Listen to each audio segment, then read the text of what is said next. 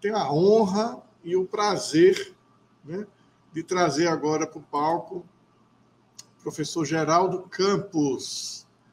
Professor Geraldo, professor querido, deve estar chegando agora. Boa tarde. Olá, Geraldo, tudo bem? Tudo ótimo, e você, Márcio? Tudo bem. Eu ouvi dizer que essa guitarra que está aí atrás é só de enfeite, é verdade? Enfeite, é verdade, é verdade. Eu ainda não consegui ser um artista como a Débora, né? Porque a Débora é uma artista, né? É verdade, é verdade. Faz imitações, jingles, né, Débora? Tudo bom? Oi, Geraldo, tudo bom? Tudo bem. Eu estou sabendo.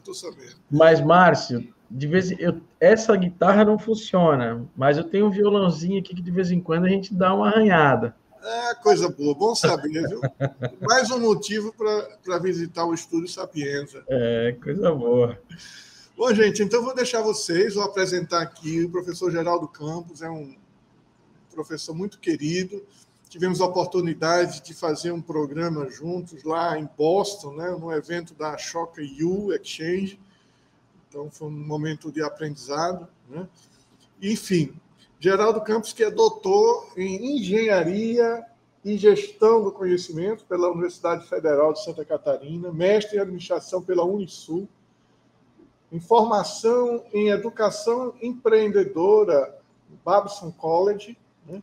E é CEO da Sapienza, Gestão do Conhecimento para Negócios. E é exatamente por isso que o nosso querido intergaláctico Geraldo Campos está aqui conosco, né, para a gente conhecer as experiências que ele tem dentro dessa área de desenvolvimento de negócios de impacto.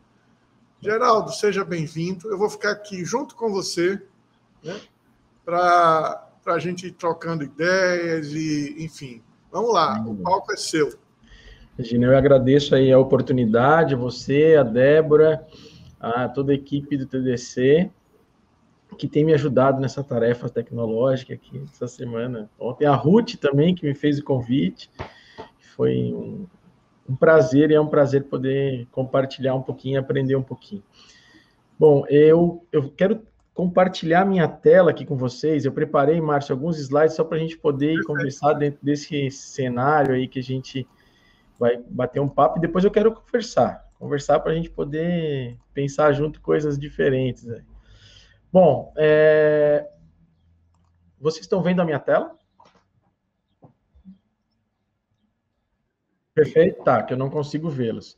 Então, cases, né, de sucesso e criação de negócio de impacto socioambiental. A gente tem conversado bastante, sabe, Márcio, um pouco do que a gente tem visto, né? A gente está vivendo aí um momento bastante interessante na vida e de maneira mundial.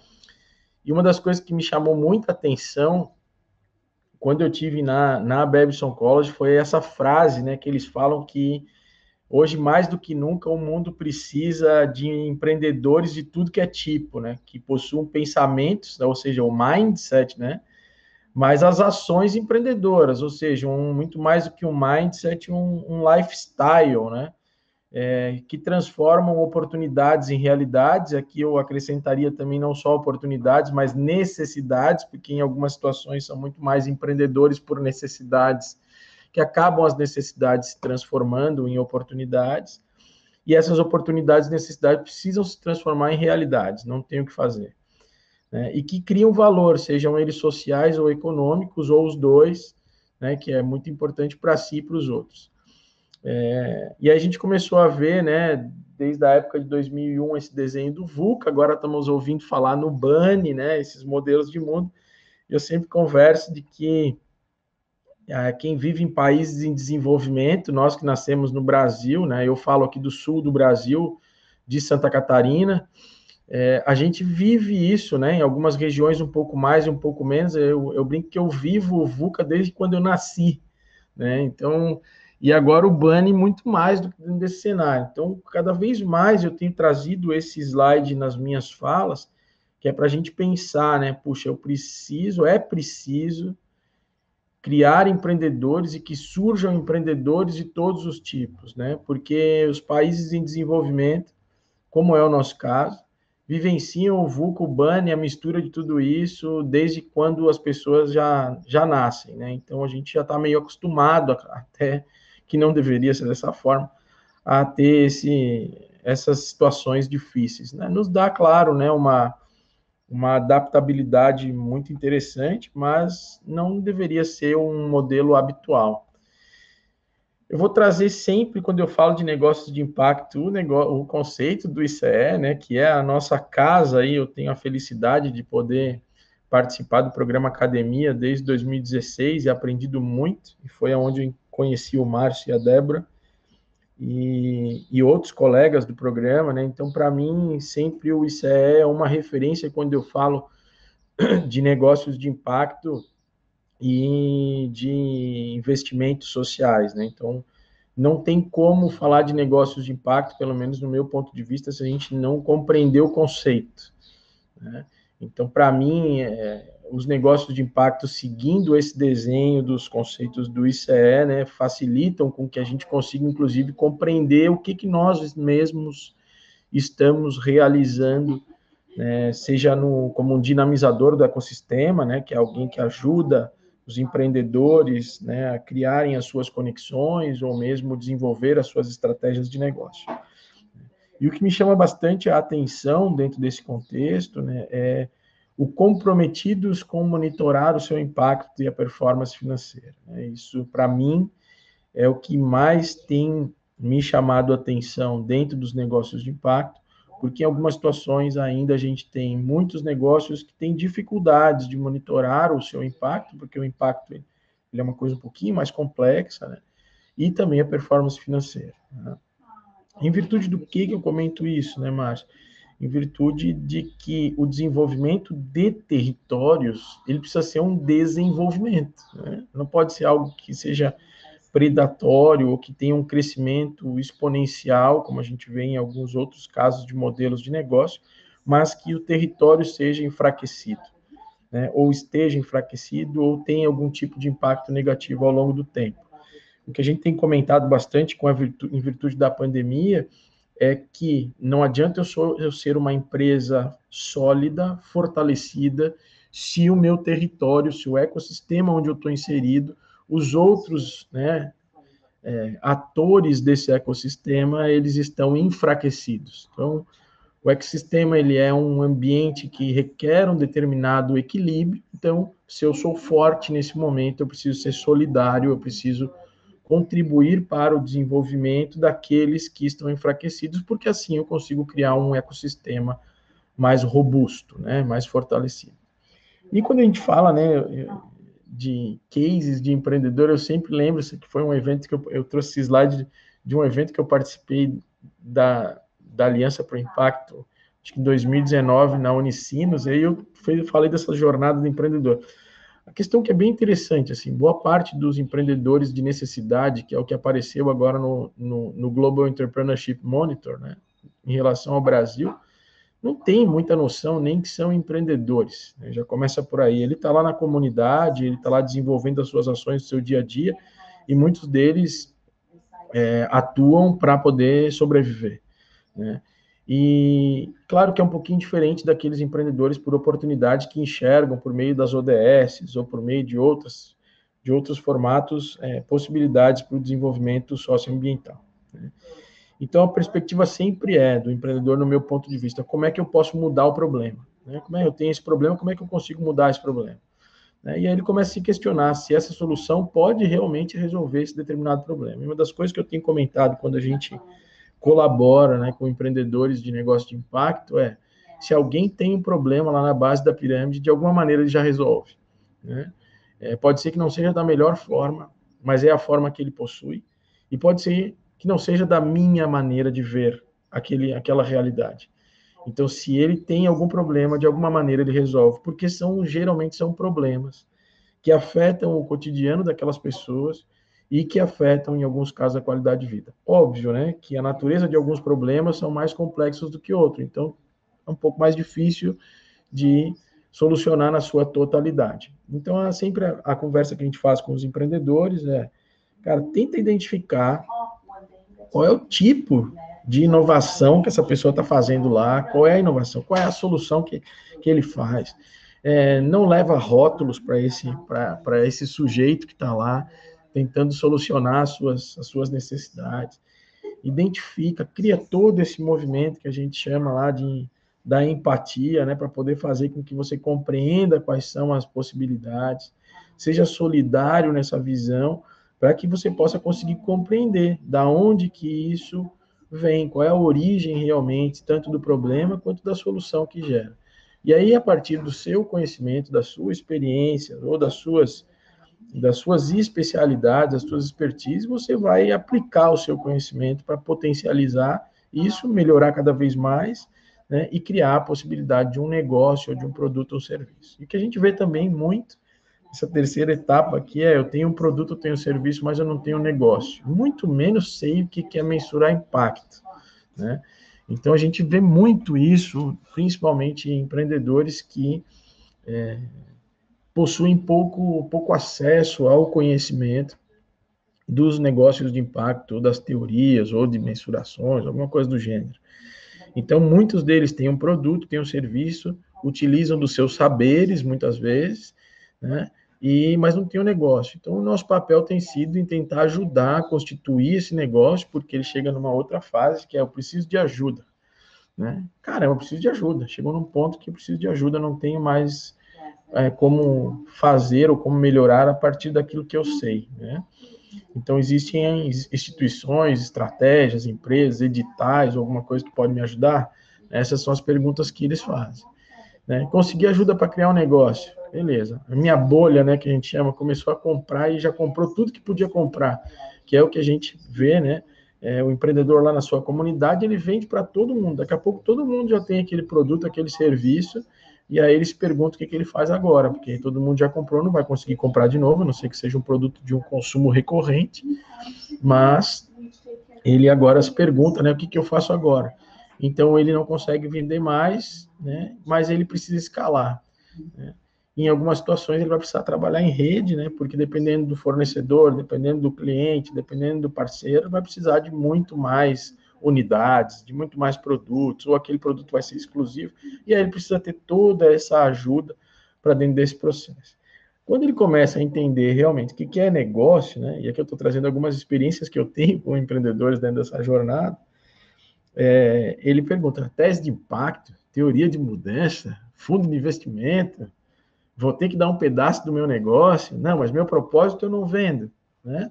Então, são algumas coisas que a gente escuta ao longo do tempo, né, que é muito interessante, porque demonstra, né, muitas vezes, né, o nosso papel, né, no auxílio desses empreendedores para que ele possa entender o que são essas terminologias, o que de alguma maneira, né, o ambiente de negócios de impacto e finanças sociais, né, de que forma que atua e que nomenclaturas que são essas, inclusive para que ele possa crescer, né? E aí, muitas vezes, né, existe não só um negócio, mas uma comunidade, um envolvimento com um determinado território, com um grupo de pessoas. Aquilo não tem um dono específico, ele tem uma questão, algo que é de maneira coletiva. E aí a gente sempre comenta quando chega nessa etapa, né, que é melhor ser parte de uma montanha do que ter uma lombada, né? Então, isso é uma coisa que é bem interessante quando a gente chega dentro desse cenário, que é um cenário onde o empreendedor ele já começa a observar, né, que o seu negócio, ou que aquilo que foi desenvolvido por um grupo de pessoas começa a ter um resultado e começa a ser observado. A partir disso, ele vai começar a ter que entender quais são esses resultados e impactos, né, se existe ali um impacto, né, dentro o retorno sobre esse investimento. E aí, quando ele vira case, ele começa a fazer palestra e adora uma selfie, né? E que isso é muito interessante, porque valoriza aquelas pessoas, dá luz, né, para quem fez todo esse processo e, ao mesmo tempo, inspira aqueles que estão no início da jornada. Então, a gente sempre tenta pensar um pouquinho dessa jornada. Claro que aqui tem um pouco de dia a dia aqui dentro do processo, mas o que a gente tem visto de uma maneira mais recorrente.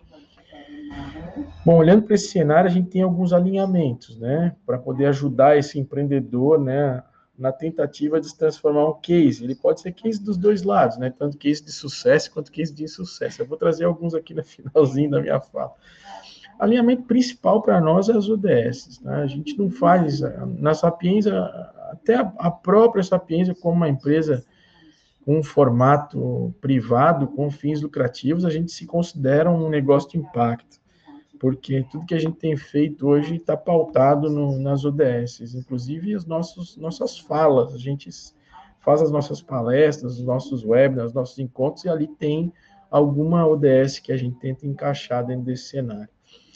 Mas a gente tem hoje trabalhado com algumas metodologias e algumas abordagens que nos ajudam, de alguma forma, a conduzir isso de uma maneira que não seja desassociada do que está sendo feito. Né? A gente é signatário do movimento ODS Santa Catarina, né? Então todos os nossos colaboradores, tanto pessoas físicas quanto a empresa, participam como signatários.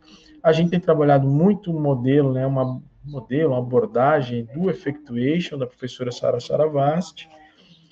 A gente misturou um pouco do Entrepreneurship Total Action, que é o modelo da Babson College, que bebe também dos estudos da Sara Saravasti.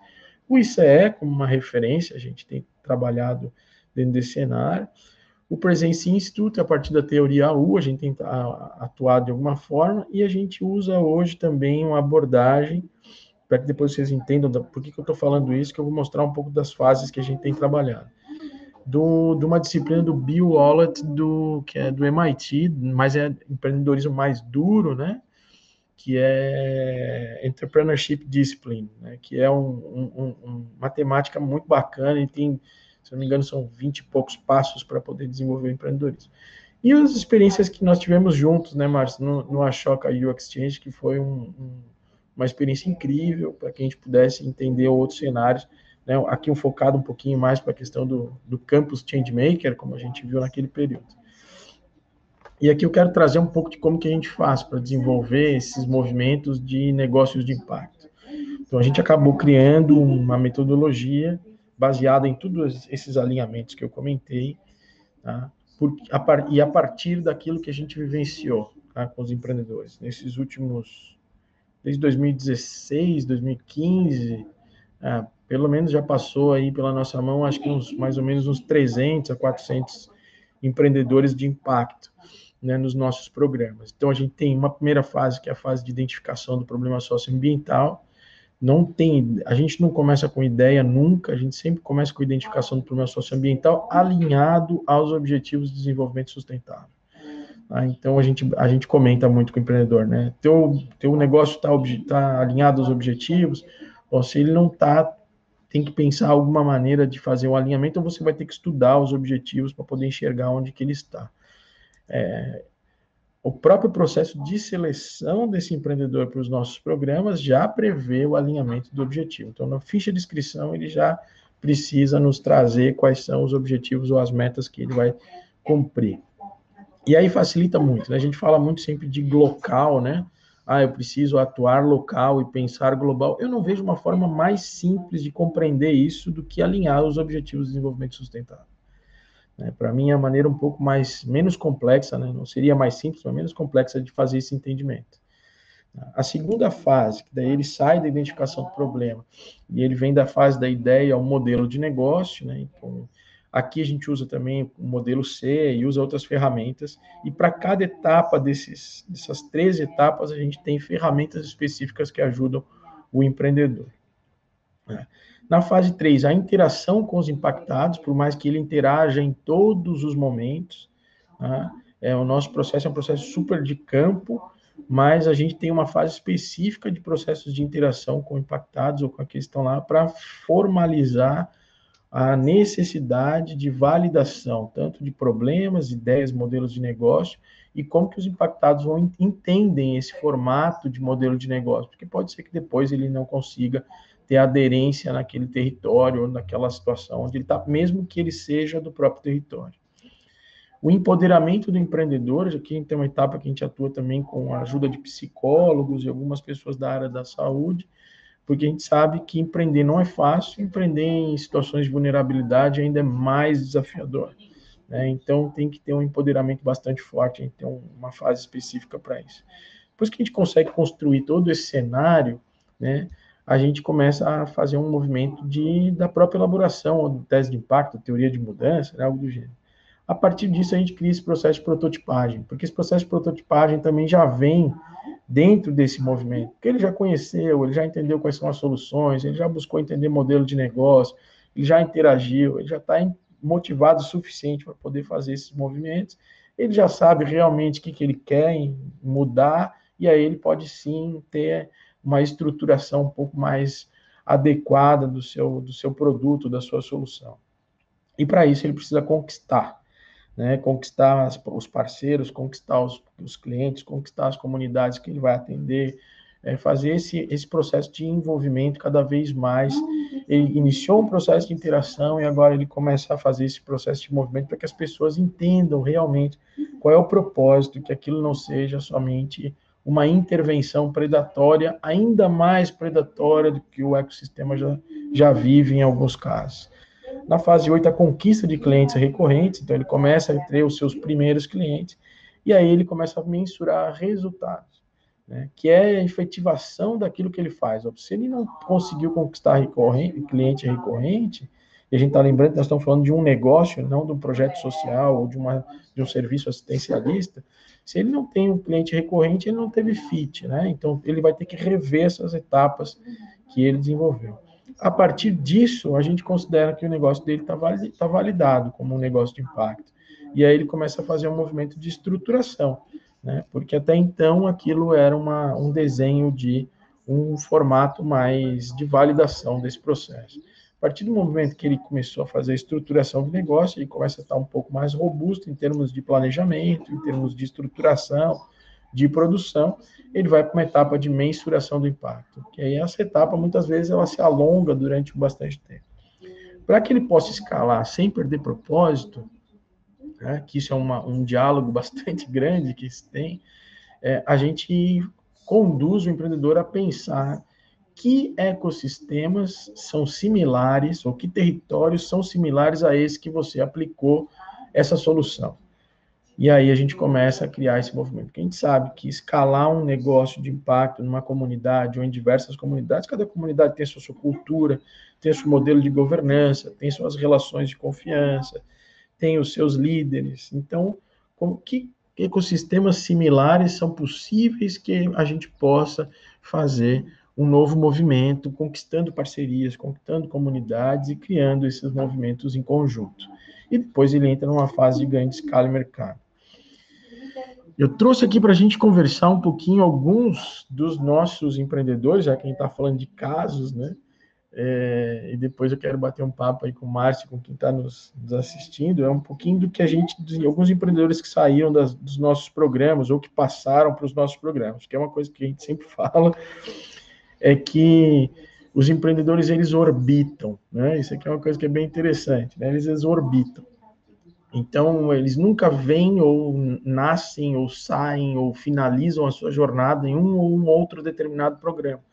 Uma característica dos empreendedores também que a gente percebe é que eles estão em tudo que é canto, né? Então, ele participa de um programa nacional, participa de um programa local, está envolvido com a igreja, está envolvido com a comunidade. Então, para poder fazer o negócio funcionar, ele desenvolve uma série de alternativas. Então, a gente sempre comenta que quando eles participam de algum dos nossos programas, eles participam, eles não são nossos, ou saiu do nosso programa, saiu da incubadora tal, não. Ele esteve conosco durante um tempo e a passagem dele fez com que, de alguma maneira, ele deixasse aprendizagens, né, ensinasse os outros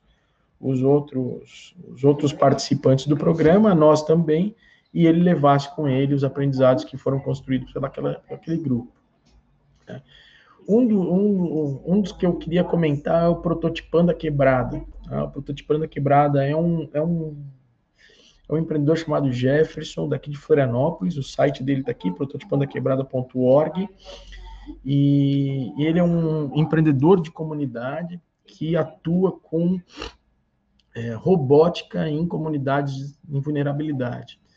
Então, é um projeto incrível que, durante a pandemia, ele teve que pivotar, porque todo o modelo era um modelo presencial, onde ele ensina robótica e tecnologia e desenvolvimento de software para crianças em comunidades vulneráveis aqui de Florianópolis. O Prototipando a Quebrada participou conosco de um programa chamado Conexão de Impacto, junto com o Instituto Nexera, na qual a gente teve como desafio digitalizar o Prototipando a Quebrada, né?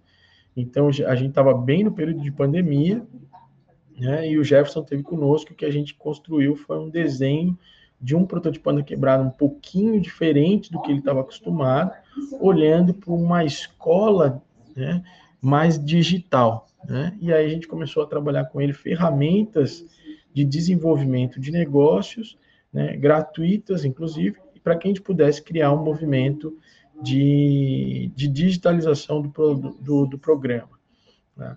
O grande desafio eram equipamentos, tecnologia para quem estava lá na comunidade e também acesso à internet. Então, nós temos todo um movimento na qual ele pôde, né, buscar apoio de algumas empresas, que é o que hoje tem feito a diferença dentro do projeto, para que essas empresas pudessem, né, subsidiar alguns equipamentos para que ele pudesse desenvolver essas ações.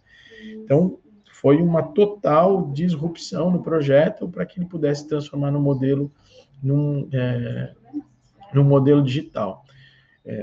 A Keio é uma plataforma que ajuda as pessoas em terapeutas, né? Então, ele é como se fosse não vou chamar de Uber de terapeutas, mas é o que seria mais fácil das pessoas entenderem. Ela começou conosco com uma ideia de negócio e hoje já tem uma plataforma que é o somoskeio.com.br, onde ela atende aí o Brasil inteiro com serviços de terapias alternativas, né, ou medicinas alternativas, naturologia, fisioterapia, psicologia, terapeutas ocupacionais, onde o grande desafio era a questão tecnológica, né? E que a gente vai observar, em alguns casos o desafio é mercado, em outros casos o desafio é tecnologia, e no caso da Priscila, o desafio era a tecnologia, né? E aí a gente contribuiu para que ela pudesse se digitalizar, também foi parecido com o modelo do Jefferson, né? Para que a gente pudesse desenvolver em conjunto um formato de receita compartilhada. Então, a tecnologia e receita compartilhada, né? Para que a gente pudesse ter um modelo mais, vamos dizer assim, mais sustentável e menos predatório, né? Um outro cenário que a gente atuou foi a Happy Help da Manuela. A Happy Help é um aplicativo gratuito, tá, de rede de apoio, trocas de serviços, conhecimentos, talentos e tipos de ajuda. Aqui a Manuela é uma empreendedora que morou fora do Brasil, veio para o Brasil e, em virtude de uma situação familiar que aconteceu com ela, e ela se sentiu sozinha na Itália, né? E aí ela começou, quando ela voltou para o Brasil, voltou para a família, ela falou, caramba, por que a gente não tem uma solução que possa criar ajudas, né? Redes de ajuda. E só que o aplicativo da Manuela demorou 1 ano e meio para ser desenvolvido, né? Porque ela teve vários tipos de situações que ela também desconhecia como empreendedora, porque o conhecimento dela estava na área de marketing e negócios, mas ela não tinha conhecimento de tecnologia. Então, ela teve problema de desenvolvimento e a solução que nós utilizamos foi fazer todo um movimento baseado no Instagram. Então, a gente pivotou o projeto para que ela pudesse alcançar, né, os consumidores e gerar impacto a partir do Instagram. Depois de 1 ano e meio, que o Instagram já estava movimentando trocas, ela migrou todas essas pessoas para o aplicativo e a plataforma web. Então, aqui foi uma alternativa que a gente tem sempre conversado com os empreendedores, cara. Se você não tem uma solução tecnológica, que solução tecnológica pode ajudar você nesse momento, mesmo que ainda numa fase de MVP ou ainda numa fase de construção desse processo?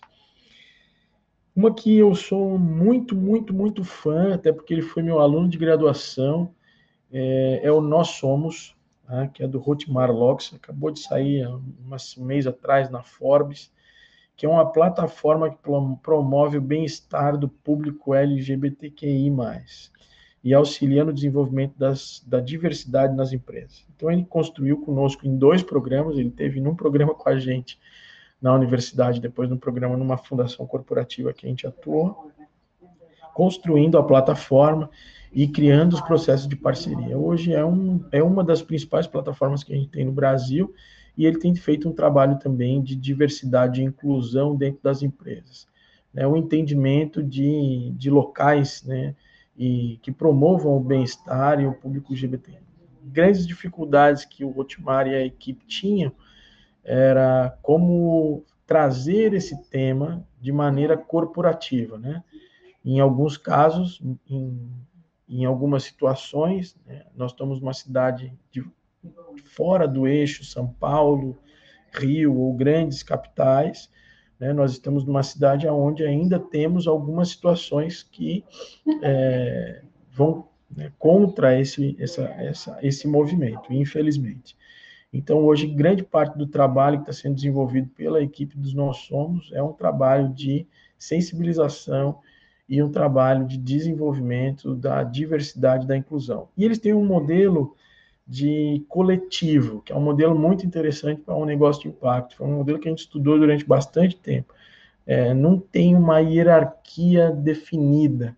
Existem papéis muito claros no modelo de governança, mas é um modelo de coletivo, onde, se você tem interesse em participar das ações, você se insere dentro desse coletivo que nós somos, e a partir disso você começa a colaborar. Então é muito bacana. Vou contar mais 2, eu trouxe uma outra tela, mas eu vou contar mais o Duna e mais um outro que eu acho que é importante, que é o Negrócios. O Duna Lab é de uma empreendedora que esteve conosco aqui na Sapienza, da Patrícia, e que ela trabalha com plásticos de oceano, né? Então, aqui nós estamos numa região, na Grande Florianópolis, onde ela faz todo um movimento junto a empresas e também a coleta de plásticos na nossa área de Restinga, aqui na Grande Florianópolis, e transforma isso em peças de design, né? E aí ela tem todo um movimento. Ela tem hoje uma parceria com algumas grandes empresas, uma delas é aquela competição náutica da Volvo, aonde ela participa desse movimento, né, criando esse processo de ação. Grandes dificuldades que a Duna teve na época que esteve conosco era de desenvolvimento de produto, por mais que ela fosse designer, né, mas o desenvolvimento de produto não era o desenvolver o produto, era como que eu desenvolvo um produto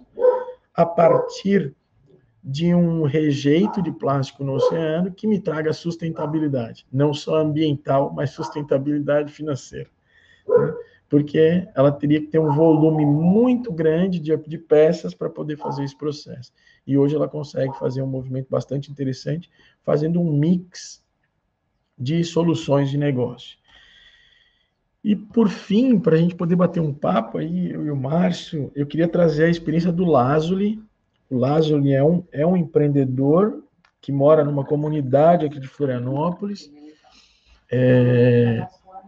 e ele criou alguns negócios, né? O Lázuli é um empreendedor serial, um desenvolvedor de tecnologia que vem de uma origem muito pobre, e um dos empreendimentos que ele tem é o Negrócios, né? O Negrócios é uma plataforma de produtos e serviços criados ou gerenciados por pessoas negras, né?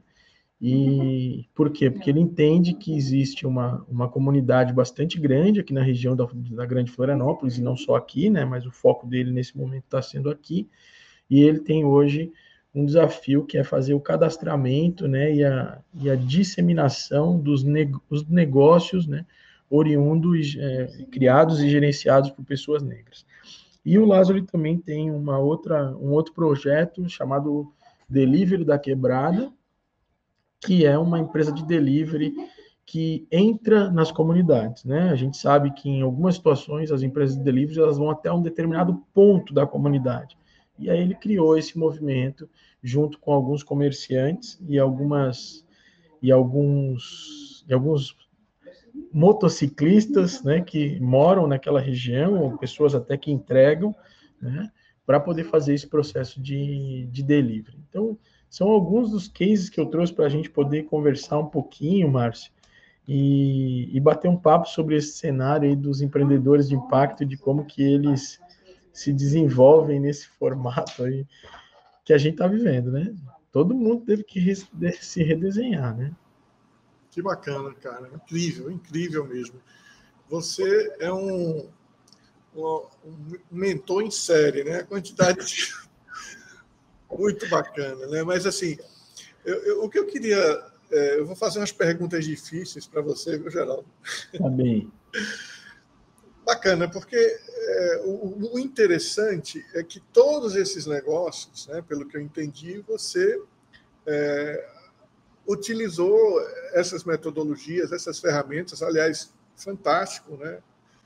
Dá para perceber que... Eu sempre falo isso, sabe? Que a ferramenta, eu costumo contar alguns casos, existe uma ferramenta adequada, mas a ferramenta, ela não precisa, né? Às vezes você não tem a ferramenta adequada, mas não significa dizer que você não, usando a que você tem, que você não vai conseguir fazer, né? O importante, né, é que você construiu, eu vejo que você construiu esse framework aí, vamos chamar assim, e a gente consegue perceber, por exemplo, você não falou em nenhum momento em design thinking, mas está muito claro que ele participa ali do processo, né? Você em nenhum momento falou do Canvas, enfim, está ali, o modelo C está ali. Isso é muito bacana. A gente, no meu entendimento, precisa ter essa perspectiva, né, de utilizar e ajustar muitas vezes, beber de várias fontes, né, e não, muitas vezes se prender numa ferramenta, né, para que isso possa ajudar. E aí a pergunta difícil que eu faço é assim: como que seria? Você conseguiria imaginar que esses empreendimentos eles chegaram no nível que chegaram sem essa abordagem, sem esse, ou mais ainda, qual a importância, né? A sensação, eu não vou responder, mas eu quero passar isso para você assim: você consegue imaginar esses negócios de impacto chegando onde eles chegaram sem esse processo? É realmente uma pergunta difícil. Não, Márcio, assim, ó, primeiro de tudo, assim, ó, o que a gente percebe, tá? A gente tentou, de maneira intencional, fazer isso que tu percebeu, certo? Assim, ó, a gente não fala de design thinking, a gente não fala de effectuation, a não ser que seja uma fala acadêmica, né?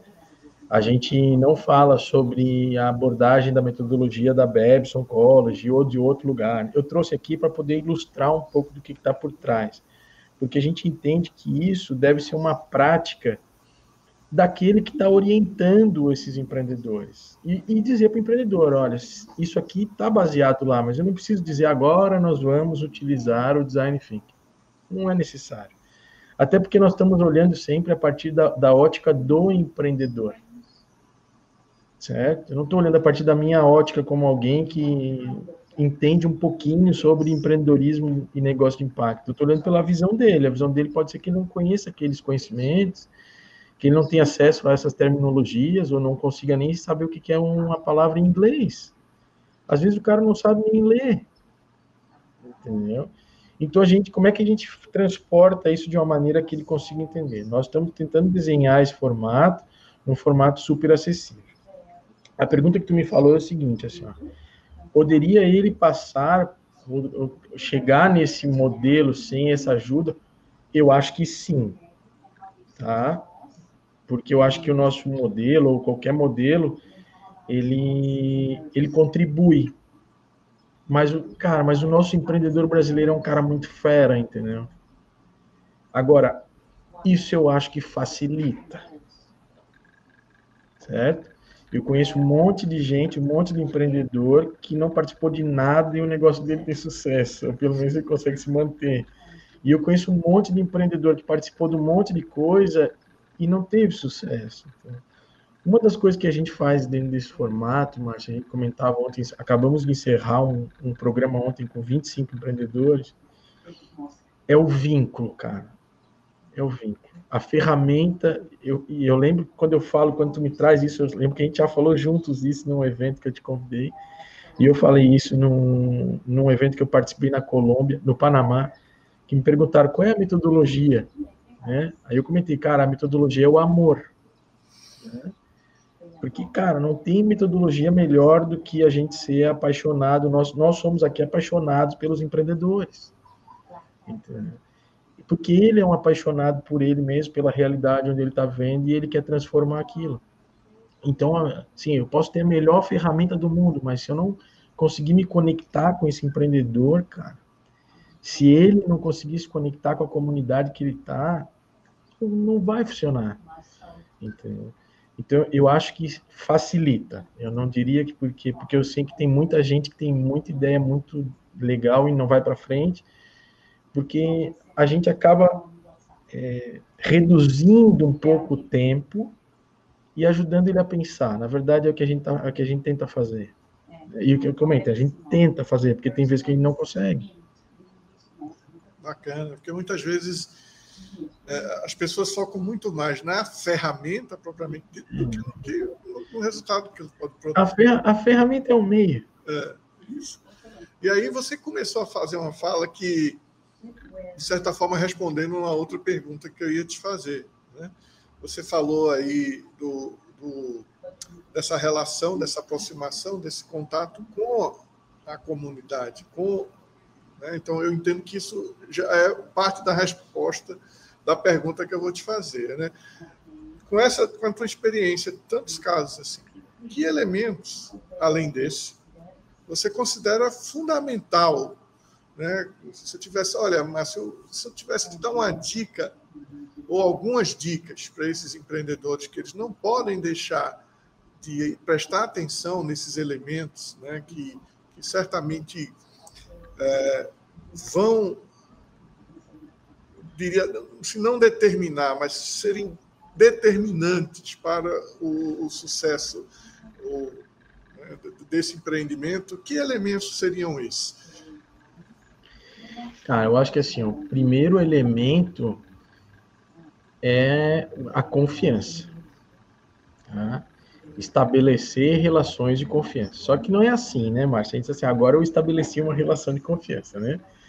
Não, tu vai criando todo um processo de interação para que a gente possa fazer esse movimento funcionar. Então, acho que o primeiro passo, né, para quem está empreendendo, é ter o movimento da escuta, né, de uma maneira muito ativa, muito cuidadosa, né, sem trazer os seus juízos de valor, principalmente se você não participa daquele território, né.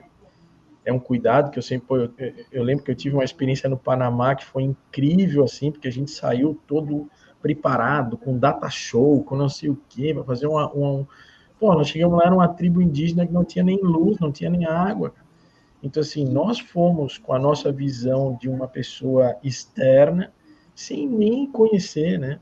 E olha que a gente já tinha um passo bem grande nesse formato. O que a gente aprendeu dentro desse cenário, ouvindo, escutando, nós tínhamos pessoas nesse período aí que não falavam espanhol direito, então eles desenharam, cara, foi muito legal. Então, assim, primeiro é estar aberto para poder entender esse cenário. Se você não é desse contexto, esteja, né, aberto cada vez mais para poder se despir dos seus juízos de valor, dos seus preconceitos, das suas visões de mundo, porque é um outro contexto que pode ser que você não esteja acostumado a viver, né? Então, esse cenário para mim é bastante interessante, assim, o que eu tenho uma abertura suficiente para isso vai gerar com que eu consiga criar modelos de escuta. Uma outra percepção é que as pessoas entendendo o que você foi fazer lá, qual é o seu objetivo, qual é realmente o seu real propósito, elas começam a interagir com você, a criar movimentos de confiança, e o entendimento de como que essas pessoas, de como que esse território vive, para poder não inventar a roda, né? E que isso não seja uma intervenção, né? Que depois o cara vá, colete os dados, certo? Eu já deixei de fazer programas, porque no programa a gente vai lá, coleta dados, depois vem aqui E aí retorna como os dados? O que ficou efetivamente para aquela comunidade? Né? Então, assim, tem que ser um trabalho contínuo. A gente sempre teve uma preocupação aqui, Márcio, que era, será que nós não estamos atuando lá na ponta? Né? A gente, como dinamizadores do ecossistema, até o ponto que a gente entendeu o seguinte, olha, o papel que a gente tem é de conduzir os empreendedores para que lá na ponta eles consigam desenvolver essas ações. E a gente acompanha esses movimentos, sejam eles de perto ou sejam eles de longe, até para dar autonomia para esse empreendedor criar suas ações. E uma outra coisa que a gente tem comentado bastante é sobre esse processo da própria inovação frugal, né? Ou do modelo de inovação por gambiarra, que é um outro desenho. O que acontece muitas vezes, principalmente para quem está de fora, o cara vem com todos os seus conhecimentos acadêmicos, mercadológicos, teóricos, e quer colocar uma coisa lá que não cabe para aquela cultura. Então, entenda o que ele já faz. Reduz, inclusive, o trabalho do empreendedor. Porque possibilita com que ele consiga compreender qual é a lógica de consumo, qual é a lógica de impacto, qual é o desenho de governança entre as pessoas, como é que funciona as relações de comércio, como é que funcionam as relações das famílias, porque são ambientes mais complexos do que outros, em algumas situações, e fazem com que a gente tenha uma nova visão sobre determinadas coisas para produzir os produtos. Daí depois tu volta para o teu laboratório, para tua casa, para o teu quarto, para o centro comunitário, e aí constrói em cima daquilo que já foi desenvolvido. É muito mais um modelo de inovação incremental, no meu ponto de vista, do que uma coisa disruptiva. Porque o disruptivo não vai ser aceito num primeiro momento. Então, eu preciso começar a criar um movimento para depois ir construindo coisas que possam gerar uma disrupção tão grande. Bacana, muito bacana. Né? E, às vezes, também a gente não pode deixar de lado, né, Geraldo? Muitas vezes, assim, a vida do empreendedor não é fácil, né? Eu não quero desestimular ninguém, muito pelo contrário, né? Mas é importante, né? E, às vezes, a gente deixa de lado aquilo que é básico, né? Aquilo que é como a gente chama, o feijão com arroz, né? Isso não pode ser desprezado, não é verdade? Uma perguntinha também, não sei se... A gente sempre fala de... É muito comum a gente falar sempre nos casos de sucesso, porque, óbvio, é muito bom, mas às vezes a gente falar um pouco de casos de insucesso, isso nos ajuda no aprendizado, né? E aí vai a segunda pergunta difícil. Pode dar um exemplo de um caso que não foi adiante como se imaginava e que elementos determinou esse... A gente teve um caso bastante interessante, inclusive ele se transformou num amigo, né? Chamava SOS Eleitor. Tá? E o Matheus Santana. Ele é um advogado, foi durante muito tempo advogado parlamentar, né? E aí ele falou, cara, eu preciso criar uma rede social para os agentes públicos, né? Aonde qualquer pessoa que votou num deputado, num vereador, possa saber o que esse deputado, o que esse vereador faz. Entendeu? E eu posso ter, o político vai ter o perfil dele ali. O Matheus gastou algum dinheiro fazendo o aplicativo, a solução tecnológica, fez várias validações, era um negócio de impacto incrível. Aquilo que eu comentei lá na jornada, né? Fez selfie que não acabava mais, mas participou de programa de televisão, cara, um monte de coisa. Cara, ele conseguiu a adesão de duas cidades no Brasil inteiro. Tá? Que a Câmara de Vereadores disse, isso aqui é interessante para nós. Tá? Aí o que ele começou a fazer? Ele viu que no Brasil isso não acontecia. É uma questão lógica, né? Uma questão de cultura, uma questão de processo de corrupção. Quem que vai querer dizer que fez? Isso foi uma coisa muito interessante no piloto que a gente fez. Né? Vamos ver o que o X vereador faz. O cara só fez nome de rua durante 4 anos. Entendeu? Então, acabou que foi um total insucesso. Como o Matheus era um investidor de outros negócios também, né, ele começou a tentar fazer esse movimento com países que não eram tão corruptos. também não funcionou. Né? Chegou o ponto que ele falou, cara, tá lá o aplicativo na nuvem, tá ali e ok. Né? Então, são casos de sucesso. O que a gente aprende, né, com esse tipo de coisa? A cultura, né? Ou seja, ele não conseguiu ter clareza de qual era o problema. É um problema das pessoas, da comunidade? É um problema, mas eu tenho do outro lado um outro ator. Né? Então, eu preciso compreender e gerar valor para todos os atores que estão envolvidos. Então, se eu não consigo gerar valor, e no caso dos negócios de impacto, gerar impacto positivo, eu não vou conseguir ter sucesso no meu processo. Eu vou ter uma parte disso. E no caso do Matheus, a gente viu isso, né? A gente viu que a abordagem que ele adotava era uma abordagem equivocada. Né? E em alguns momentos, inclusive, ele dizia que aquilo era uma legislação, alguma coisa do gênero, porque ele se pautava em algumas questões legais. Só que o processo cultural e a adesão, ele não teve sucesso. A gente teve um outro também na área de educação, tá? Que era o professor assistente, e que aí é um outro cenário, né? Ele vendia dicas para professores para poder potencializar o processo de educação, porque o professor não tem tempo para preparar as suas aulas, está sempre na loucura, né? Aquela coisa toda. Só que aí outros players maiores do que ele se anteciparam a esse movimento. Então também tem uma outra situação. Às vezes eu também consigo ter o fit, eu consigo entender problema, consigo saber qual é o meu impacto, eu tenho claro que é a minha tese de mudança, mas eu tenho outras pessoas também que estão vendo esses problemas, como eu também estou. Qual era a dificuldade deles? Recurso. Recurso e acesso. Então, eles estavam em Florianópolis, os concorrentes deles estavam no Sudeste. Né? Então, a gente tinha, por mais que Florianópolis seja a Ilha do Silício, né? A gente tem características diferentes, inclusive aqui na nossa região, de investimentos em negócios. Então, isso é muito interessante. Nós temos uma outra situação, e eu já finalizo essa pergunta, só porque me lembrei delas, que é bem interessante. As Irmãs Freitas. As Irmãs Freitas são um ícone de empreendedorismo aqui nas comunidades em Florianópolis. São duas irmãs super empreendedoras. Tem uma marca de camisetas, de frases para empreendedores, para pessoas negras, né? Elas são... Eu não gosto de falar assim, é negro, se é branco, todo mundo para mim é igual. Né? O que aconteceu? Elas tiveram que parar o projeto para poder atender a comunidade na época da pandemia.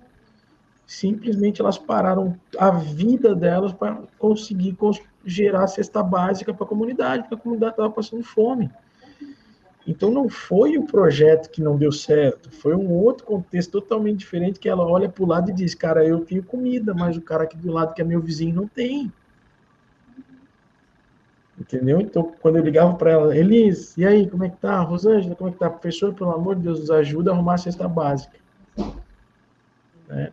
Como é que tá o projeto? Não, paramos, o projeto parou. Desse negócio, desse projeto, dessa ajuda que eles fizeram, Gerando Falcões fez um super ajuda para elas, e elas criaram o Instituto Reverbera.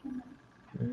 Então, a gente vai vendo que tem coisas que são do empreendedor, tem coisas que são do contexto, tem coisas que são da cultura, né?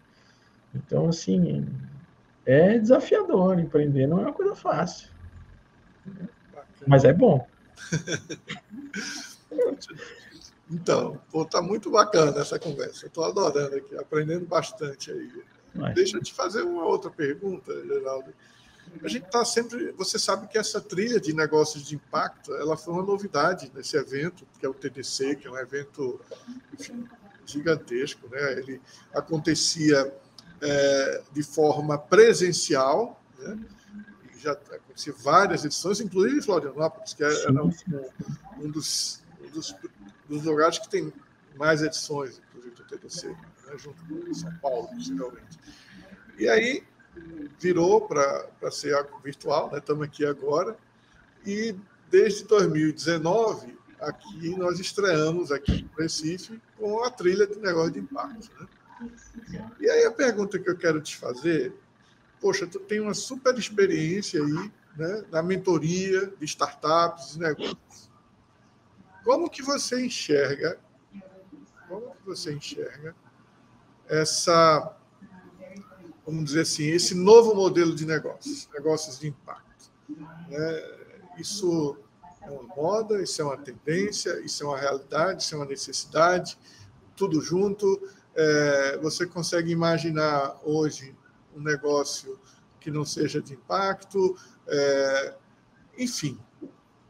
Como é que você enxerga esse movimento de negócios de impacto socioambientais, e aí numa perspectiva mais abrangente, né, mais lato sensu, né, que eu tenho muito medo quando eu falo negócio social, negócio ambiental, para quem não está habituado, porque ele acha que é fazer um negócio para abraçar a árvore.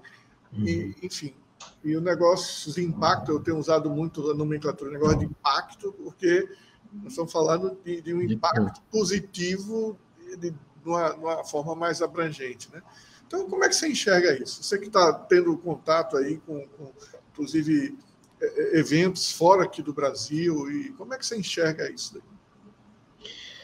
Márcio, eu tive o privilégio de conhecer o ICE em 2016, né, cara? Então, assim, conhecer outras pessoas incríveis que estão no programa Academia e no ICE. E eu já trabalhava dentro de comunidades, cara, desde a minha época de graduação, mas nunca tive contato com os conceitos ou com teorias antes de 2016 de uma maneira um pouco mais intensa. O ICE fez uma transformação tão grande no meu modo de pensar, cara, que me deu sempre a visão de que eu não compreendo hoje um negócio ele não ser de impacto. Inclusive, quando aconteceu a pandemia no ano passado, eu fiz um videozinho falando que o mundo pediu uma pausa. A sensação que eu tenho com a pandemia é que o mundo pediu uma pausa, porque do jeito que está, não é o novo normal que vai ser ruim, era o antigo que já não funcionava mais. Entendeu? Então, assim, hoje eu já não consigo compreender um negócio que não seja de impacto, em virtude do contexto de mundo que a gente está vivendo hoje, e o Brasil muito mais. Eu tive agora, nesse ano passado, esse ano, algumas experiências com o Chile, né, online, e que foram muito legais, porque também o movimento está sendo bastante forte nessa perspectiva dos negócios de impacto. Também. Na América Latina, eles eram um expoente, assim como o Brasil, em startups, nos negócios de impacto e inovação social. Então, Márcio, eu não consigo ver. Hoje, e eu fico feliz, assim, que o movimento de ESG esteja, né, em ebulição. A gente sabe que quem lida com esse tema, né, isso já vem acontecendo de certa forma, uma abordagem diferente, agora não mais para uma fundação, um instituto, mas para a governança do negócio. E eu acho que cada vez mais aqueles que empreendem, independente do tipo de empreendedorismo, precisam estar olhando para esse movimento de gerar impacto positivo para a transformação. Porque eu sempre tenho cuidado de fazer essas 3 palavrinhas, porque eu posso também gerar impacto negativo. Ou eu posso gerar impacto positivo durante um bom tempo da minha trajetória por empresa, ou por um erro de processo, ou por um erro de eu gerar um impacto negativo tão grande do que tudo aquilo que eu já gerei anteriormente. E a gente tem visto alguns casos de algumas empresas e que agora a gente se esforça todo mundo junto para retomar o processo. Então, assim, eu não vejo que é uma moda, pelo contrário. Eu acho que a gente está cada vez mais sensível para esses tipos de coisa. Eu tenho uma preocupação, que é que isso se transforme em um discurso apenas. Certo? Que o movimento de ESG seja um discurso, ou que se crie um modelo de marketing verde, ou de greenwashing, ou de social washing, ou qualquer coisa. Né? Porque aí a gente vai estar criando um processo que, no meu entendimento, mas eu gostaria de estar errado, não seria o adequado para o território. A minha preocupação sempre é território. Sabe? Eu consigo desenvolver território, porque também não adianta eu criar uma mega startup super disruptiva, exponencial, e ela se mudar para o Vale do Silício, ou para Israel, porque aquilo que eu construí no meu território vai embora. Então, esse cenário, eu não consigo ver hoje, e esses dias eu estava conversando com um parceiro nosso de negócio aqui na Sapienza, que ele dizia, vamos vender. E eu dizia do lado de cá, vamos impactar. Né? Esquece a palavra venda e vamos para o impacto. Se tu impacta, tu comercializas. Que é o conceito disso eu comercializo e gero impacto, eu gero impacto e comercializo. Então, pô, vamos olhar para o impacto. Quantas pessoas eu quero impactar no dia de hoje, como nós estamos fazendo aqui? Uma mensagem no telefone eu consigo gerar um impacto, nem que seja para alegrar o dia daquele cara, entendeu? Então, assim, eu não consigo conceber hoje alguém que consegue visualizar o mundo que a gente vive e pensar só em lucro, ou só em degradação, ou só em exploração do território. Para mim, eu não consigo mais entender esse processo. E às vezes fico até bravo. É verdade, é verdade. Agora, eu percebo, Geraldo, dois grandes movimentos, né? Dois grandes movimentos extremamente importantes. Você sabe que nós estamos sendo gravados, né? Então, mas enfim. Mas o que eu vou falar aqui não tem nada demais. Mas a gente, quando a gente olha para o dinheiro, ou para onde, como esse dinheiro, né, está circulando e está sendo investido, isso é um sinal importante. Né? Por que eu estou dizendo isso? Eu comecei a ler mais e estudar um pouco sobre algumas regulações europeias para, por exemplo, as grandes empresas, grandes corporações, para, por exemplo, avaliação de risco, às vezes até para tomada de crédito para investimento, porque eu queria tentar descobrir como é que está acontecendo isso hoje. Né? Eu quero dizer, é o que eu falei antes, eu quero ver, é uma pista, né?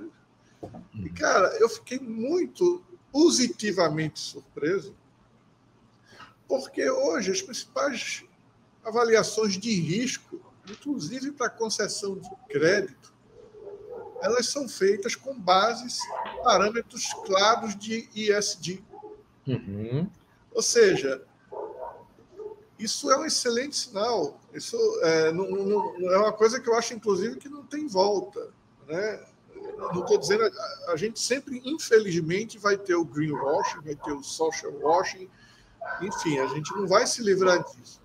Mas a partir do momento que existe já regulações, já de alguns anos, inclusive, que apontam para uma atuação muito mais preocupada com o social, com o ambiental, com governança, né? Principalmente no que diz respeito à questão da corrupção, enfim, das coisas que não se deve fazer, né? Que prejudicam, de alguma forma, as outras duas áreas. Então, isso é um aspecto extremamente relevante, eu acho, sabe? Importante. É difícil. Eu tenho, por exemplo, desafiado os meus alunos a pesquisarem essas grandes empresas no mundo todo e no mapa estratégico dessas empresas, ou seja, lá na missão, visão e valores, ele encontrar alguma empresa que, de alguma forma, que não faça nenhuma referência a questões de ética, sustentabilidade, enfim, responsabilidade social. Então, eles não encontram, a bem da verdade. Então, assim, claro, a gente sabe que parte disso como você disse, é discurso. Mas, à medida em que existem marcos regulatórios, na medida em que existem processos que envolvem análise de risco de dinheiro, e tudo, aí eu acho que a coisa muda. Né? Isso é um aspecto. Por outro lado, nós, né, se a gente volta aí, você falou 2016, de 2016 para cá, eu posso ir até um pouco mais longe, né? Você sabe que a Biofairtrade está completando 14 anos. Então, se a gente remonta 14 anos para cá, o crescimento no investimento, eu estou falando de dinheiro porque é uma medida, não é só por isso, mas é um sinal. Né? Hoje, o volume de financiamentos, de investimentos que são feitos em negócios de impacto, se comparado a 10 anos atrás, aumentou exponencialmente. Né? Agora estamos às vésperas aí do Summit, que vai acontecer, na área de finanças sociais, enfim, nós estamos falando de bilhões. Né? Ou seja, isso é um bom sinal, né? vamos dizer assim, que respalda, né, e que dá respaldo ao que você acabou de falar. E, nesse aspecto, eu não poderia concordar mais com você, né? Eu acho que as empresas, mesmo não se caracterizando como um negócio de impacto pela definição, mas elas estão, mais do que nunca, né, sendo conduzidas, né, para que elas mudem a sua atuação. E aí, no meu entendimento, né, a Marina, na fala dela, até comentou isso, né, eu retomo aquelas conversas que a gente tinha, né, quando a gente falava, né, fruto do artigo que a gente publicou, que falava que eu dizia que eu odeio o novo normal, né? A gente, na verdade, tem que falar de um melhor normal, né? A gente tem que construir esse melhor normal. Porque se a gente remonta o período antes da pandemia, chamar aquilo de normal estava longe de ser normal, né? Então, a gente vivia uma desigualdade tremenda, e a pandemia só fez escancarar, né? Piorar, um desemprego já muito alto, a gente já vinha de uma crise que estava começando a se retomar, né, de 2015 para cá, enfim. Então, era um caos, não era nada bom. Mas não dá para a gente aceitar essa perspectiva de um novo normal. A gente tem que, sim, trabalhar para construir um melhor normal. E aí, dentro dessa perspectiva, negócios de impacto, né, se enquadram perfeitamente nesse processo de construção, né? E essa construção feita dessa forma que você coloca, e eu, adorei escutar isso, né? Vamos entender o problema, vamos entender, né, na verdade, essa necessidade, entender o que a gente precisa resolver, né? Vamos impactar e depois, né? E a gente não está falando de impactar sem ser lucrativo, vamos dizer. Sim. Né? A gente está falando que as coisas devem caminhar juntas. Né?